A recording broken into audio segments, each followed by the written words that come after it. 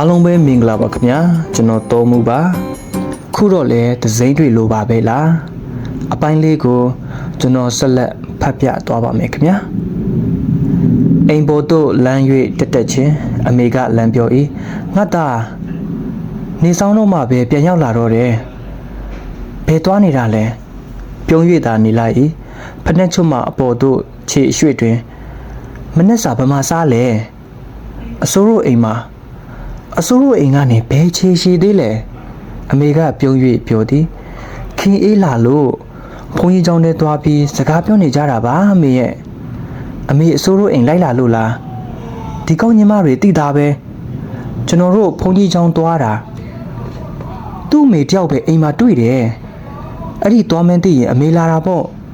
ဧည့်သည်တွေကမင်းကိုတွေ့ချင်လို့စောင့်နေလိုက်ကြတာအကြာကြီးဘကိုးသွားမဲ့ကာမမီမှာဆိုလို့မင်းပြန်လာတဲ့အထီတော့မစောက်ကြဘူးဘသူတွေလဲအမေလလိုင်းတို့တာမိပေါ့ဖျက်လေးဟုကိုကြိတ်၍အပြစ်ဆုံးမိသည်အံ့အားတသင့်ဝမ်းသာစိတ်သည်ရုပ်ချီးပင်ခြေပြက်ရချေသည်တွေ့မြင်လို့စိတ်ဖြစ်မိမိကိုမိမိမကြည်မနဲ့ဖြစ်ရသည်ဘယ်ချိန်ကရောက်လာကြတာလဲအမေကကွန်တိဖက်ဆလိတ်ကိုမိညစ်ရင်ဖွာတဲ့နဲ့တစ်ချက်ခွဲလောက်ကပဲသူတို့အမျိုးအိမ်ကိုရောက်နေတာ12နာရီကျော်လောက်ကတဲ့ရောက်ချင်းမင်းကိုတွေ့ကျင်နေဆိုလို့အမေလိုက်ခေါ်တာပဲအိမ်မထွက်တော့12နာရီတတရှိပြီဟုမှတ်မိသည်အစိုးရအိမ်တွင်သမင်းဝိုင်းနှင့်တိုးနေ၍သမင်းဝေစားခိုင်း၍စားလိုက်ရသည်သမင်းစားနေစဉ်ခင်အေးရောက်လာသည်ခင်အေးကပြင်းသည်ရှောက်လေရအောင်ဟုခေါ်သည်တောင်ချေရှိရွာများသို့တွားရန်ခင်အေးအဖို့ဆက်သည်အစိုးကဝေးတယ်ညောင်းတယ်ဟုညင်းသည်ညှိမရ၍ဘုန်းကြီးကျောင်းထဲသို့တွားရန်ဇော်လက်ပြောလိုက်၏ခင်အေးကသဘောမတူခြင်းနှင့်တူရ၏ကျောင်းဝင်းအတွင်းသို့ရောက်သောအခါအရှိတ်ဘက်ထောက်နှင်းသီးပင်အောက်ကွင်းပစ်တင်ထိုင်ပြီးစကားပြောကြသည်ညီငွေလာသည့်တွင်ဆရာတော်ကြီးထံသွား၍ဝှက်ဖြေသည်စွန့်သောငပြောသီးတွေတဝစားသည်ထို့နောက်ကိုရင်ဝစ်စင်ကဥပစ္စေဆရာတွေထံသွားကာဝှက်ဖြေတခွန်းစနှခွန်းစစကားပြောကျောင်းတိုက်တိုက်ပြီးတိုက်ဝင်နောက်ဆုံးတွင်ကိုရင်ကြီးဤဝါကျောင်းသို့သွားထိုင်ကာစကားပြောကြသည်ကိုရင်ကြီးမှာသူတို့နှင့်အခင်မင်အရင်ကြီးဆုံးပုဂ္ဂိုလ်တက်တော်90ကျော်များရှိပြီးထင်၏ခြေတစ်ဖက်မှလေဖြက်၍ခက်ဆွဲဖြစ်နေတော့လဲလှုပ်ရှားပုံမှာဖြစ်လက်သူတို့ကိုတွေ့လျင်ရင်နှွေးချမ်းအိုးတဲပေ၏ထညက်ကျန်တကာနှင့်အုံးသီးစိတ်တပကံချကြွေသည်ရောက်တဲ့ရစကားတွေပြောရင်းစားရင်းနဲ့နေဆောင်လာ၏ပြင်း၍ဖြုံးလိုက်သောအချိန်တွေကိုယခုမှနှမျောသည်ကျောင်းပရက်များတွင်ဤသို့ပြုလေရှိခဲ့သည်ကိုယနေ့မှနှမျောရကောင်းမှန်းသိသည်နှမျောကောင်းသောအကြောင်းကဒီကနေ့မှပေါ်ပေါက်ချေသည်အစိုးရအိမ်သွားသောမိမိကိုမိမိအလိုမကျဖြစ်မိသည်ခင်အေးသာလာမခေါ်လျင်အိမ်ကိုပြန်မှတပါအခြားမရှိထမင်းစားပြီးခဏတစ်ဖြုတ်နေပြီးလျင်အိမ်ပြန်ဖြစ်ခဲ့လျင်လဲမိလိုက်နှင့်မစုံစရာအကြောင်းမရှိပေသူဟာသူဘလောက်ခေါ်ငါမလိုက်ပဲအိမ်ပြန်ရင်လဲတွေ့နိုင်တာပဲငါကိုကခြေဝေပါလွန်းပါတယ်ဟာတဖန်စဉ်းစားမိ၏ကြိုတင်သိရရင်တော့လွဲမှာမဟုတ်ပါဘူးမိလိုက်ကစားလေးပါလေးကြိုရေးရောပေါ့ရုတ်တရက်ရောက်လာတာရတာမျိုးမို့ထင်ပါရဲ့ဟုတွေ့၏လလိုင်းကိုအမေဖြစ်မှတ်တော့မမှတ်မိဘူးအရက်ကမင်းနီထွားတော့တော်တော်ထွားလာတယ်ဝါဣတာတော့မဟုတ်ဘူးကိုလုံးခက်တွယ်အရက်အမောင်းနဲ့ကိုလုံးကကြိကောင်းတယ်စပင်ကလည်းကောင်းလိုက်တာမှဒူးစစ်ကြော်နေတာပဲလှလဲတိတ်လှလာတယ်အမေစကားလုံးတွေဖြစ်မိလိုက်ဤရုပ်တွင်ကိုဖန်တီးမြင်ကြည့်နေမိ၏ဝှစ်စားထားတာလည်းရိုးရိုးပဲနှကန်းနေပါနေတော့မစိုးတနက်ခါရည်ချင်းနဲ့မအေးလောက်တော့ခိမဆန်မျက်နှာချင်းဆိုင်ကျိန်ကလေးတိုင်းတွင်သူထိုင်သည်မင်းကိုတွေ့ကျင်လို့တမင်လာကြတာအချိန်လူပြီးလာကြရတာဘကိုးကတိုက်ကိစ္စအမွေခဲတယ်ဆိုလားပဲကိုလုံးခင်တော့ပါမလာဘူးကွကိုလုံးခင်လဲနောက်2နှစ်3နှစ်ဆိုရန်ကုန်ပြောင်းရမယ်လလိုင်းဆိုတာတဖြစ်တောက်နဲ့မင်းဟိုတက်ပုံတော့မြင်သွားပါရဲ့ဇော်လက်ကငရုတ်တိတ်မပြောက်ဘူးတဲ့မြင်ရင်သူမမိပါပဲတဲ့ခန်းစီတောက်အုတ်နရံတွင်ချိတ်ထားသောသူ့တက်ပုံကိုလမ်းကြည့်လိုက်သည်ကြည့်ရင်နှင့်အမေကိုမေး၏ ဝေနဲ့ဆိုရင်ဘယ်သူကဝတယ်လဲမေဝေကဝတာဗောတာရဲ့ဝေလို့လဲခါမတုတ်ဘူးအချိုးအဆက်ကဝေလောက်မထွားဘူးအရက်ကတော့ဝေထက်နည်းနည်းမြင့်ချင်မြင့်မယ်အသားဖြူတာချင်းတူပေမဲ့ဝေကလက်လိုက်လို့အဝါမတန်းဘူးမျက်လုံးမျက်ခုံးနဲ့နှခမ်းကငငယ်တုန်းကအတိုင်းပဲအေးတဲ့တွေနှခမ်းလိုပဲหนีထွေးနေတယ်အေးတဲ့တွေနှခမ်းကလက်လိုက်နှခမ်းလို့ကြည်မနေတာတခုပဲကွာတယ်ငယ်စဉ်ကမျက်လုံးမျက်ခုံးနဲ့နှခမ်းကိုမှန်းကြည့်သည်များပြားလှစွာသောမျက်လုံးများမျက်ခုံးများနှင့်နှခမ်းများကအာယုံတွင်ထွေလျက်ရှိ၏တွေးရကြည့်လေဝါလာလေသူကော10တန်းပဲလားအမေကောင်းညိတ်သည်မင်းဘယ်နှစ်တန်းလဲဆိုတာသူလဲမေးပါတယ်သူတငယ်ချင်းတွေကိုလည်းမေးတယ်တချို့တော့အမေလည်းမမှတ်မိဘူးလို့ပြောရတယ်အစိုးတို့မောင်ခင်အေးတို့ကိုလည်းသူတတိယလို့မေးတယ်ကွအေးတဲ့တွေကိုတော့သူမေးတယ်ဝေကိုတော့မသိဘူးထင်တယ်မူလာတန်းတုန်းကမြင်ဖူးကြတယ်ဒါပေမဲ့တန်းနဲ့သားမဟုတ်တော့သိမှာမဟုတ်ပါဘူးမရင်များတို့မခင်ကြီးတို့မခင်ရှိန်တို့ကိုရောသူမေးသေးလားဆေးလိပ်ပြချွေရင်အမေပြောသည်မေးတယ်မရင်များကမှုတုံမှာမခင်ကြီးရရန်ကုန်မှာမခင်ရှိန်ကသူ့ယောက်ျားနဲ့ဂျပန်ပြည်ရောက်နေတယ်လို့အမေပြောပြလိုက်ပါတယ်သူကငငယ်ကလို့ဒီမှာပြန်နေချင်တယ်တဲ့တငယ်ချင်းတွေတကွဲတပြားစီဖြစ်ကုန်ကြတော့မှပို့ပြီးတတိရတယ်တဲ့တွေးလိုက်ရရင်ကောင်းမှာပဲဟုသာချိန်ဖန်များစွာတွေးနေမိသည်အမေစကားတွေကိုစောက်ရင်မတွေ့မမြင်သေးသောတံတစ်ခုကိုကြံအင်လက္ခဏာအပိုင်းအစတွေဖြင့်ဆက်ကြည့်နေ၏ဒီနှစ်ຫນွေချောင်းပိတ်ရင်ဆင်းလာမယ်လို့တော့ပြောတာပဲအမေလိပ်စာတောင်းထားလိုက်သေးလားသူရေးပေးခဲ့တယ်လိပ်စာကိုအာယုံတမ်းမိလေသည်မင်းဆွဲပေါ်ကဂေါ်ဘီစာအုပ်ထဲမှာမင်းအတွက်စာရေးခဲ့တယ်ကလေးထိုင်မှထလိုက်သည်ထိုစကားကိုယခုမှအမေပြောသည်ရောက်ကလေးကပြောခဲ့လျင်ကောင်းပြီဟုအောင်းမိ၏စာကြည့်စပွဲပေါ်တွင်ဂေါ်ဘီစာအုပ်တွေ450အုပ်အဖုံးတွင်ဖောင်တင်ညက်ထားသောစာအုပ်ဖြစ်ပေလိမ့်မည်ကိုစောလက်မိလိုင်တို့လာလေကြတယ်စောက်ပါသေးတယ်အကြာကြီးပဲလေကျောင်းပိတ်ထားလို့ရှောက်ချီလဲနေတယ်ထင်တယ်ကျောင်းဖွင့်တဲ့အခါလဲခုလိုပဲလဲနေတာပဲလားစာလဲစူးစမ်းပါအောင်ຫນွေချောင်းပိတ်ရင်ဒီကိုလာလဲဖြစ်လိမ့်မယ်လို့ထင်ပါတယ်ကိုစောလက်တင်းကျွတ်ကျောင်းပိတ်ရက်မှာမန်းလေးကိုလာလဲနိုင်ရင်လာပါလာဖြစ်ရင်စာကြိုတင်ရေးပေါ့မိလိုင်လာကြိုမယ်တငယ်ချင်းတွေနဲ့တွေ့ရင်ပြောလိုက်ပါမိလိုင်ကတော့တတိယပါတယ်လို့မိလိုင်လိပ်စာရေးပေးခဲ့ပါတယ်စာရေးကြပါလို့ကိုစောလက်လည်းမိလိုင်စီကိုစာရေးပါမိလိုင်လည်းရေးပါမယ်အင်ရှိကຫນွေပင်ကြီးတွေကခုထိအရင်တိုင်းပဲနော်ကလေးဘွားတုန်းကကစားခဲ့ကြတာတွေကိုပြန်ပြီးတတိရတယ်ပြီးတော့အုပ်အောင်ငက်တွေရဲ့အတန်ကြားရင်ကိုစောလက်ဆိုပြတဲ့ကြပြလေးတွေကိုတတိရတယ်မိလိုင်ကတော့ငငယ်တုန်းကအကြောင်းတွေကိုအကုန်လိုမှတ်မိနေပါတယ်အချိန်မရတော့လို့တွေ့အောင်မစောင့်နိုင်ခဲ့တာကိုခွင့်လို့ပါမိလိုင်ကော်ပီစာအုပ်ကိုပြန်ပိတ်လိုက်သည်သူ့ကိုပြန်ပေး၏လမ်းယူရင်းနဲ့ခင်အေးကိုသူကြည့်ကာတစ်ချက်ပြုံးသည်ခင်အေးသည်နှကန်းတစ်ဖက်သာတွန့်သောအပြုံးဖြင့်သူ့ကိုပြန်လဲပြုံး၏ထို့နောက်ချောင်းဘက်သို့မျက်နှာပြန်လှည့်သွားသည်ခင်အေးပြောမိစကားကိုမျောလင့်နေသည်ဘေးတိုက်မြင်နေရသောခင်အေးကိုသူငေးကြည့်သည်ကားလွန်သောမေးယွန်းသည်မလုံမရှာပြည့်ဖောင်းသောပါးသည်ငြိမ်သက်၍နေ၏မျက်တောင်တစ်ခတ်နှစ်ခတ်ခတ်သည်ထူထဲနှက်မောင်သောမျက်ခုံးသည်တိတာစွာတွန့်နေ၏ဆိုပါဦးခင်အေးကကိုရုတ်တရက်လှဲ့ကာမေးသည်သူဘာပြောရမှန်းမသိဘာကိုလဲကွခင်အေးမျက်လုံးတွေဖြက်ခနန်းဝိုင်းသွားသည်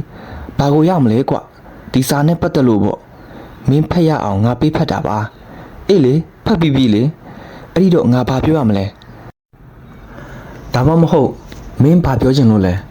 ဘာမှတော့မပြောချင်ပါဘူးဟေးမပြောချင်မှဖြင့်ငါဘာလို့ပေးဖက်နေရသေးလဲမင်းဥစ္စာကသူရှက်အံ့ဖြစ်သွားသည်မဟုတ်ဘူးလေကွာသူတတိယတလောက်ငါတတိမရခဲ့တာတွေပြောမလို့ဩဒါကတော့ကွာတခါတလေဒီလိုပေါ့တယောက်ကတတိရတဲ့အချိန်တယောက်ကတတိရချင်မှရမယ်မရချင်မရဘူးကိုကိစ္စနဲ့ကိုကွာမင်းအခုတတိပြန်ရလိုက်ပေါ့ဇာတွေပါတယ်ရေး တပ်ပုံတွေပါတွေတောင်းမန်းလေးကိုလည်းတည်င်းကျွတ်ចောင်းပိတ်ရက်မှာတွားလေပေါ့သူတွေးရနေ၏ထို့နောက်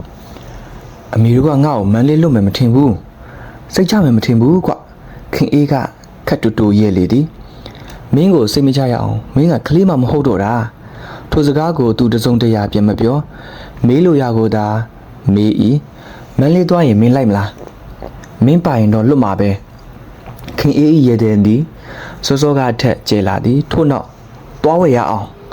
သူနားမလဲထို့ကြောင့်ဘာတွားဝယ်ရမှာလဲမိရထားလက်မှတ်မန်းလေးသွားဖို့လေသူရေလိုက်လေသည်ဝယုံတွင်းတစ်ခုလုံးပင်ရေတံတွေဆင်သွားသည်ထင်ရ၏အိမ်ရှိကຫນွယ်ပင်တွေကခုထိအရင်တိုင်းပဲဆိုတဲ့စကားကတော့တော်တော်တာသွားတဲ့စကားပဲဆိုလက်သူဘာမှပြတ်မပြောခင်အေးကိုကြည့်၍နေလိုက်၏နှကမ်းမွေးရေးရေးထင်းလျက်ရှိသောခင်အေး၏နှကမ်းသည်လှုပ်ရှားလာ၏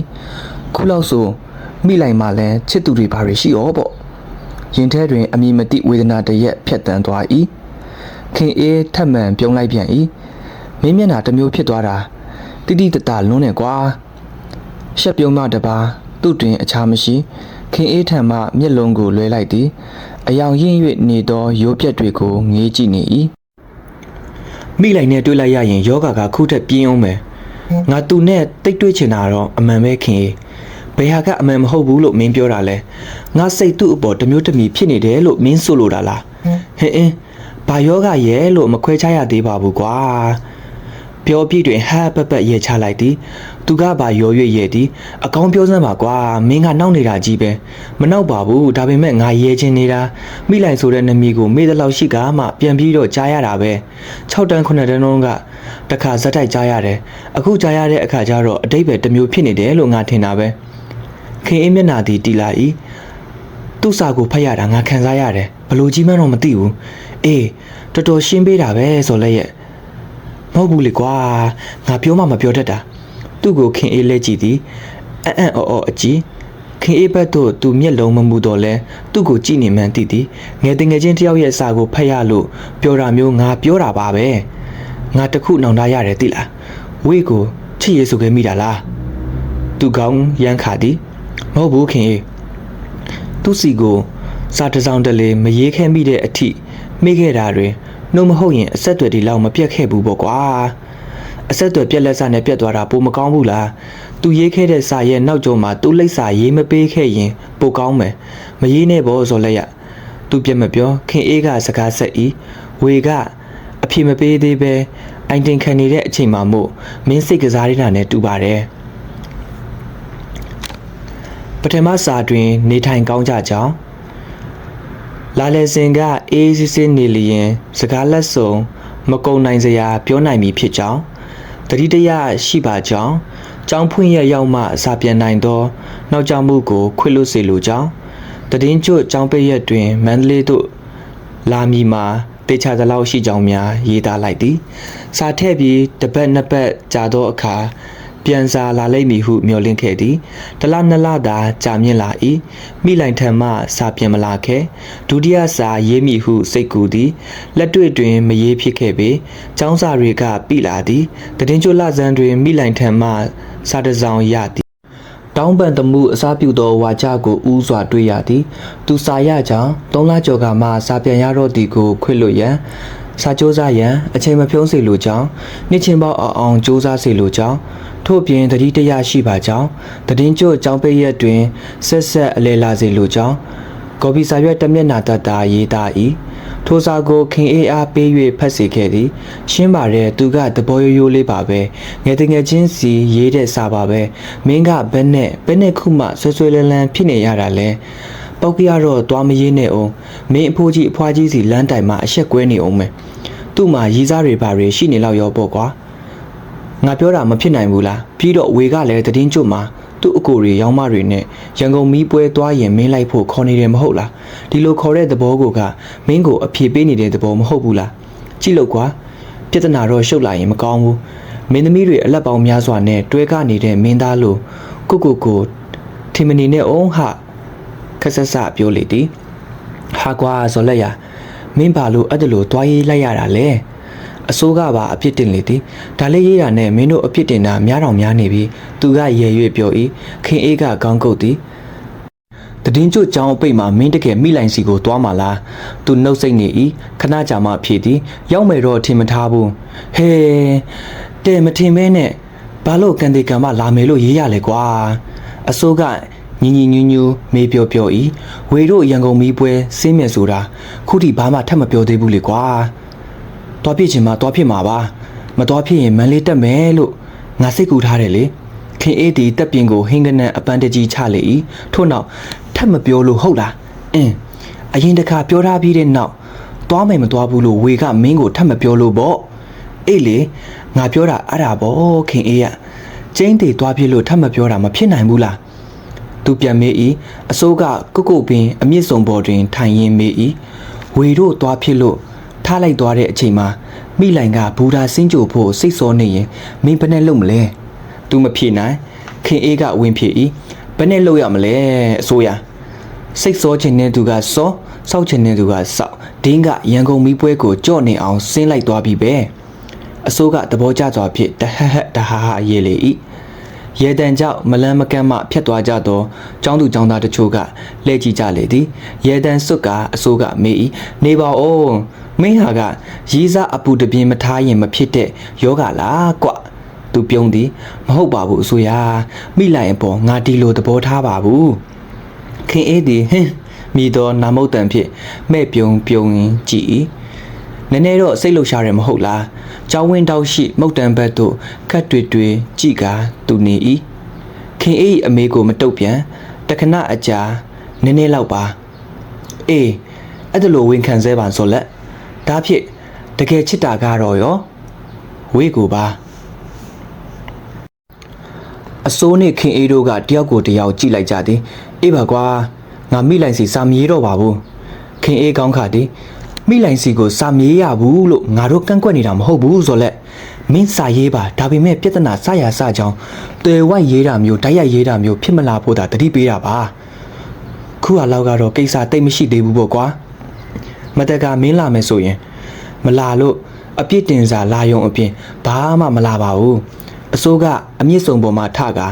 ဘောင်းမီတင်ပါမှတဲစတဲနာတွေကိုပုတ်ခါရင်စကားဖြတ်သည်ခင်အေးကတော်ရက်တော့ဟိုမှာဝေးဒိုးစီကိုလာနေတယ်ခင်အေးမျက်နှာအမူအရာတို့လမ်းကြည့်လိုက်ကြ၏အရှိဆောင်နှင့်အာကစားယုံတို့ကြားမှရှောက်လာသောဝေးကိုမြင်သည်ကျောင်းစိမ့်ထမင်းအင်ကြီးလက်စကအဖြူနှင့်ခြေလမ်းမမှန်နှင့်ရှောက်လာရင်သူတို့ရှိရာကိုလမ်းကြည့်သည်လက်ထဲတွင်အထုပ်ထထုပ်ကင်ထားသည်ဝေကလမ်းလျှောက်တကယ်လာတာပဲအစိုးကထင်မြင်ချက်ပေးသည်ခင်အေးကမျက်မှောင်ချီလိုက်ပြီးမေးသည်ဟစ်ကောင်အစိုးဒါအပြစ်မားတဲ့စကားမဟုတ်လားအစိုးကမျက်လုံးပြူမျက်စံပြူအမှုအရာနဲ့မဟုတ်ပါဘူးကွာဒီကောင်မုတ်လေးပါလေကျွေးမလားမျောကိုပြီးဖားတဲ့စကားကိုအမှုကြီးအောင်မလုပ်လိုက်ပါနဲ့ခင်အေးရာအစိုးစကားကြောင့်ရဲလိုက်ကြသည်အနီးသို့ရောက်လာသောဝေကသူတို့ရဲနေပုံကြောင့်ပြုံးစစ်စစ်နေရှိ၏စားမလားဇော်လက်ကအထုပ်ကိုလမ်းကြည့်သည်ရှောက်ချိုသည်ငရုတ်မုံနှင့်မဆလာတွေဖြူထားသည်အစိုးကဒိုးကြတော့ကျွေးမဲ့သူမရှိပါကလားနော်အားလုံးအတွက်ဝေလာတာပါဟုဝေကရှက်ပြုံး၍ပြောလေသည်ပျော်ရွှင်စွာဖြင့်ရင်တွေခုန်လာသည်ချမ်းမြေ့စွာဖြင့်စိတ်တွေလှုပ်ရှားလာသည်မိထွန်းပွဲတော်ဤတတိယနေ့သည်အမတ်တရားနေ့ဟုအောင်မေ့သည်မိုးဖြက်၍မလဲပက်ရတော့တော်လဲလေကာပက်ကပွဲကြည့်ရသည့်ထက်ဂျင်းနှက်မိသည်ဂျင်းနှက်ပြီလားဟင်ဝေကမယွန့်ရဲသောအပြုံးနှခမ်းကိုစစ်စစ်ထား၏သူကောင်းညိပ်ပြ၏ပြောမပြတတ်အောင်ပါပဲတန်နေတန်တာကစကားပြတ်သွားဖွယ်မရှိဝေဟုခေါ်ရမည်ကိုစွတ်စွန့်ထစ်ထစ်ဖြစ်နေသည်ဝေသည်လည်းသူ့နီးတူဖြစ်နေဟန်တူသည်ဇော်လက်ဟုလည်းမခေါ်ကိုဇော်လက်ဟုလည်းမတုံ